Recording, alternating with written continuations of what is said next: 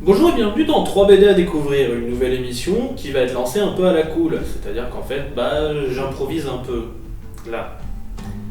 Voilà, donc en fait, le truc c'est qu'en fait, ça faisait un petit moment que j'avais pas fait de vidéo à la cool, quoi, on va dire, à part les vlogs Doctor Who, mais les vlogs Doctor Who sont énormément préparés au niveau de la lecture et au niveau du soin, enfin ça prend du temps à analyser, on va dire, en détail. Donc du coup c'est vrai que vraiment vlog, ça faisait un petit moment. Et j'ai vu en fait récemment la vidéo du Fossoyeur de film, enfin les vidéos parce qu'il en a sorti deux pour le moment, qui est 3 films à découvrir et qui sont classés par thème. Et j'ai beaucoup aimé l'idée, et je l'avoue j'ai repris l'idée comme un gros porc en fait.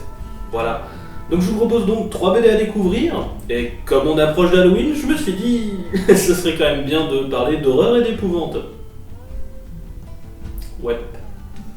Et donc du coup, quand je dis BD, je mets là-dedans un peu tout ce qui est narration séquentielle. Je pense bien sûr aux comics, au manga, à la bande dessinée franco-belge et à tout autre truc.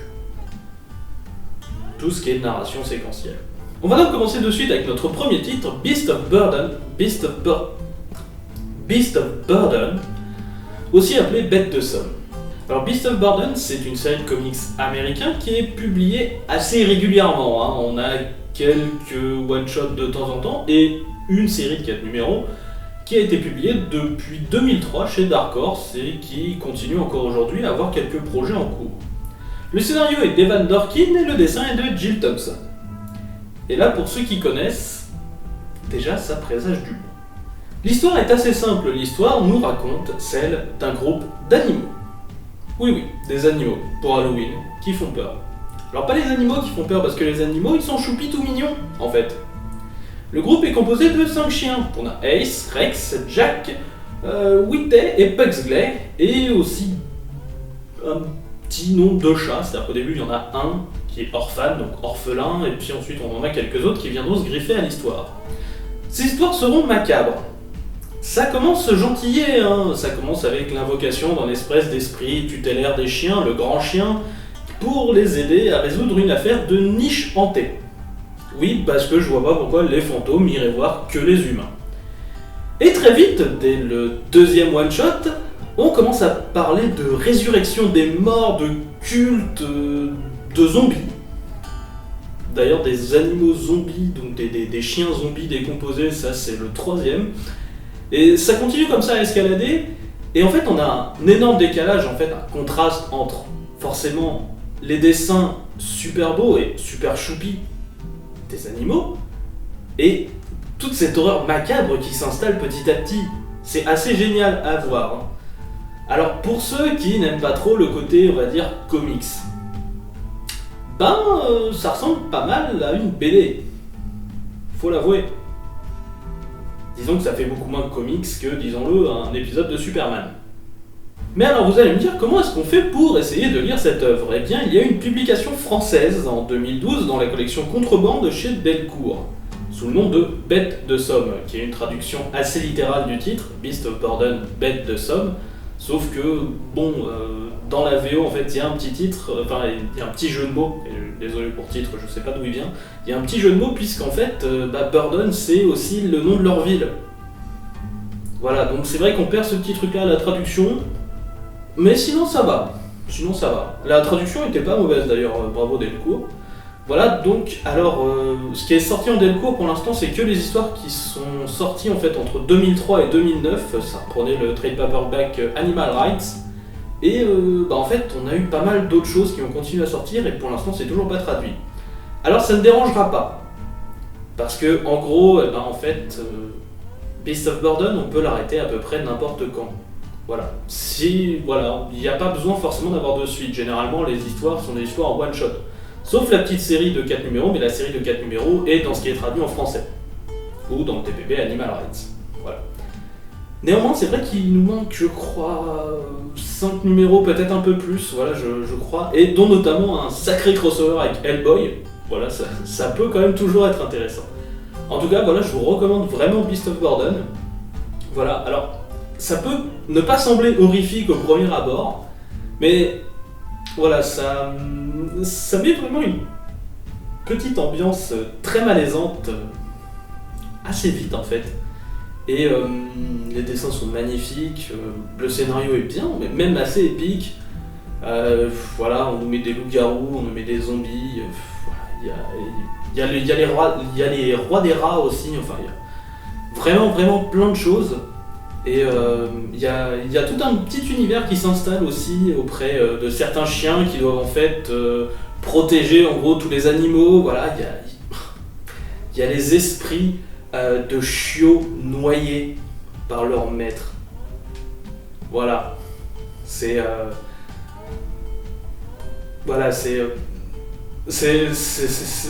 je crois le passage qui m'a le plus plu dans la série, au niveau horreur et au niveau ambiance, c'est le moment où en fait on pouvait plonger dans.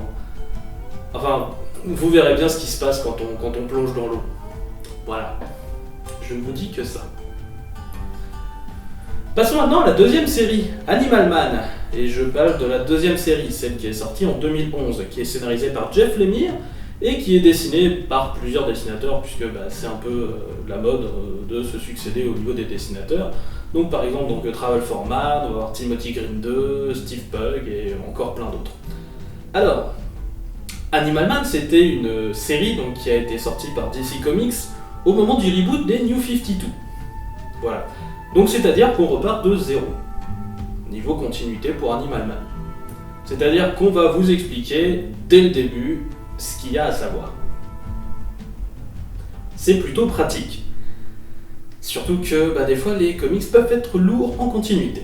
On suit les aventures en fait d'Animal Man. Alors Animal Man, c'est Buddy Baker. Buddy Baker, il a eu une petite carrière de super-héros et en fait il s'est arrêté. Voilà, il ne fait plus trop dans le trip super-héroïque, il a révélé son identité et il joue plutôt son rôle de père de famille, il joue dans quelques films, voilà, il a une petite image de militant écolo.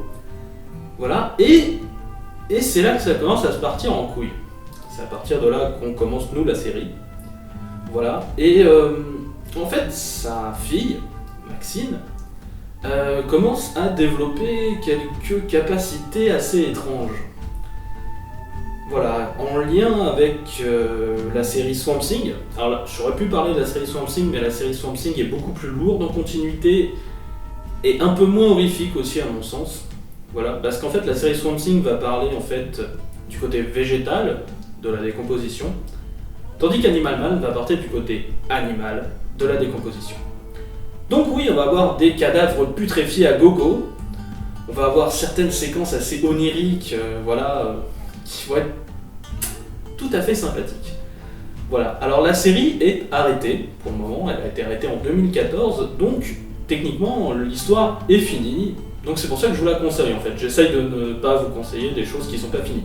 Je sais que Beast of Burden n'est pas fini, mais comme je l'ai dit en fait, comme c'est une série de one-shot, on peut pratiquement considérer chacun comme étant une fin potentielle. Voilà. Donc vraiment, cette série Animal Man, elle est déjà très bien dessinée. Bon, il y a forcément des hauts et des bas puisqu'on change de dessinateur, mais dans l'ensemble, c'est une très bonne série. Alors, le petit problème, c'est qu'à un moment, il y a un crossover avec Swamp Thing, donc il vaut peut-être mieux suivre avec Swamp Thing. Mais voilà, franchement, au niveau ambiance et au niveau horrifique, il y a vraiment quelque chose qui se met en place. En plus, du coup, on suit donc certes quelqu'un qui a des capacités super-héroïques, mais on suit aussi le reste de sa petite famille qui, elle, n'en a pas. Et ça, c'est assez intéressant.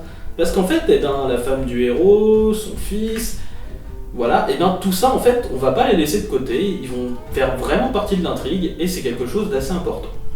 C'est assez intéressant à suivre au niveau des concepts et tout ça, et j'aime beaucoup le scénariste Jeff Lemire, qui est un peu une étoile montante en ce moment dans le monde des comics. Donc voilà, donc je vous la conseille sincèrement. En France, la série est sortie intégralement chez Urban Comics, dans la série Animal Man, en 4 tomes. Voilà, je vous les conseille sincèrement. Voilà, lisez-les si ce que je vous ai dit vous intéresse. Passons maintenant au troisième titre de notre sélection, qui est un manga, Uzumaki. Et il n'y a pas de rapport avec Naruto. D'accord ? Je sais que Uzumaki c'est le nom de famille de Naruto, tout ça, ok, non. Voilà. Non, Naruto c'est pas de l'horreur. Certains pourraient éventuellement troller en disant que si, justement, Naruto c'est de l'horreur, mais bon voilà. Non, en fait, Uzumaki en japonais signifie spirale. Et ça tombe bien, c'est comme ça que la série a été traduite aussi. Raccord, cohérence, on est nickel. Spiral, c'est un manga de Junji Ito. Junji Ito, c'est un mec qui est considéré comme l'un des maîtres de l'horreur en manga. Ouais. J'irai pas jusqu'à dire que c'est le Stephen King japonais, parce que Stephen King, on va dire, a vraiment implanté sa marque, et il n'y en a pas beaucoup d'autres, tandis qu'il y en a quelques-uns vraiment sympathiques comme manga. Voilà. Et donc, en fait, le titre a été très populaire, à un point que, du coup, en fait, Spiral, ça a été le premier manga de Junji Ito qui, je crois, a été traduit en français. Voilà, en 2002. Chez Tonkam. Voilà. Bonne chance pour les trouver, d'ailleurs. Il a été d'ailleurs populaire aussi, qu'il y a eu une adaptation en live action qui a été faite dans les années 2000. Voilà. Et il avait été relié au manga par un chapitre en plus, parce que normalement, la série Spiral est en fait sortie entre 1998 et 1999 et ne dure que 19 chapitres. Donc c'est une lecture assez courte. Mais c'est bien beau tout ça, mais qu'est-ce que ça raconte finalement Spiral ? Eh bien Spiral en fait c'est un manga qui raconte l'histoire, enfin... c'est compliqué.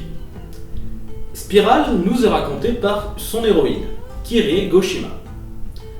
Cette héroïne vit dans la ville de Kurozu. C'est une ville un peu isolée, hein. Il y a la mer, il y a les montagnes, et voilà. On entend parler de quelques villes et tout ça, mais nous, on va rester dans la ville parce que... Eh bien, au niveau des personnages principaux, en fait, l'héroïne sert plutôt de narratrice et de celle qui va découvrir les événements. Mais finalement, en fait, chaque personnage de la ville va avoir ses moments forts, et j'ai envie de dire que c'est un peu la ville, en fait, le personnage principal. La ville est littéralement bondée d'imagerie liée à la spirale, c'est-à-dire que de temps en temps on voit une tornade qui passe, c'est même d'ailleurs une des premières imageries de la spirale qu'on voit. Alors comme ça, une petite tornade casuale, hein, c'est pas une grosse tornade qui va tout défoncer, hein, non, c'est juste un petit truc quoi. C'est la version un peu plus évoluée du petit potin de paille qui passe dans les westerns, hein, voilà. Il y a aussi donc des motifs de spirale dans les murs, dans l'air, dans l'eau, un peu partout quoi. Voilà, vraiment, il se passe pratiquement pas une page sans qu'on puisse repérer à un endroit ou un autre le motif de la spirale. Alors ça, Junji Ito, il a vraiment géré quoi. Le motif de la spirale se retrouve en filigrane partout. C'est génial. Et donc en fait, il se trouve que la spirale semble être un thème qui, on va dire, excite. Je vais aller jusqu'à ce terme-là. Excite grandement le père de son petit ami. Oui, car l'héroïne a un petit ami, et ça c'est bien. Voilà. Et donc, ce père va devenir en fait de plus en plus obsédé avec ce thème de la spirale. Va en fait avoir quelques interactions qui vont faire que quelques personnes vont commencer aussi à être intéressées par ce thème. Mais lui, il va être vraiment hardcore, puisqu'en fait, il va décider, quand on jette sa collection, de devenir lui-même une spirale. De s'enrouler sur lui-même. Mourant, bien sûr. Et quand on brûle ses cendres, eh bien, ça fait un motif de spirale. Et ça va continuer comme ça, voilà, sur 19 chapitres. Les dessins sont vraiment étranges. Ils prennent vraiment aux tripes. C'est du dessin d'épouvante, absolument maîtrisé, quoi. Là, les niveaux noir et blanc, c'est... Voilà. On a aussi pas mal donc, de boulot, on va dire, au niveau de la spirale sur les onomatopées, quoi. Beaucoup de O, justement, qui sont là dans les onomatopées, par exemple. Voilà. L'histoire aussi est particulièrement prenante, puisqu'en fait, chaque chapitre, pratiquement, te ramène un mystère, en fait. Pourquoi est-ce que les fumées en forme de spirale retombent toujours dans le lac ? Qu'est-ce que ça fait dans le lac ? Ça va encore, je spoil pas trop, c'est le 4e chapitre qu'on découvre à peu près, enfin on peut deviner ce qui se passe dans le lac, voilà. Non, très franchement, voilà, c'est un excellent en fait manga mystère et horreur, très franchement. Voilà, on a autant envie de découvrir ce qui se passe que d'arrêter de lire parce que très franchement c'est assez dérangeant quoi. Oui voilà, alors si vous êtes un peu sensible à l'horreur, le lisez pas tout seul la nuit. Voilà. Parce qu'on va dire aussi qu'une des forces, c'est aussi la caractérisation des personnages. Très franchement. C'est-à-dire que chaque personnage va réagir différemment au thème de la spirale. Certains vont être proprement excités et emballés, et ne vont pas pouvoir en fait s'arrêter. Et certains vont être totalement dégoûtés de ce thème et en fait vont chercher à arrêter tout ce qui est en forme de spirale. Donc parmi les gens dégoûtés, on peut trouver le petit ami. En même temps, c'est normal, il a perdu son père et sa mère est sans doute celle qui a réagi le plus violemment puisqu'elle a décidé qu'elle ne voulait plus avoir aucun organe en forme de spirale à l'intérieur d'elle. Oui. Vous pouvez imaginer ce qui se passe. C'est le chapitre 2. Oui, ça monte à chaque fois. Voilà. C'est vraiment un manga à part, et un manga qui, je pense, mérite vraiment d'être lu. Et donc voilà, si vous cherchez quelques petites choses à lire en horreur, je vous conseille ces 3 bandes dessinées. Donc Beast of Burden, Animal Man, donc la version 2, donc celle de 2011, et Uzumaki, alias Spiral.